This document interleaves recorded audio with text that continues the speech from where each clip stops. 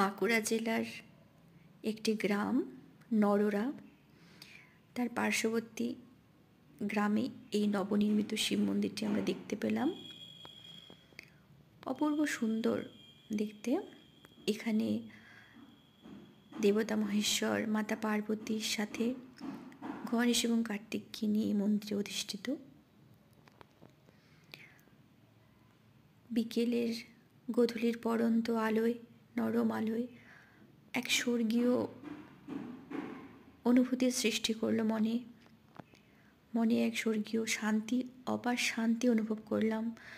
ভীষণ ভীষণ ভালো লাগলো মন্দিরটি দেখে।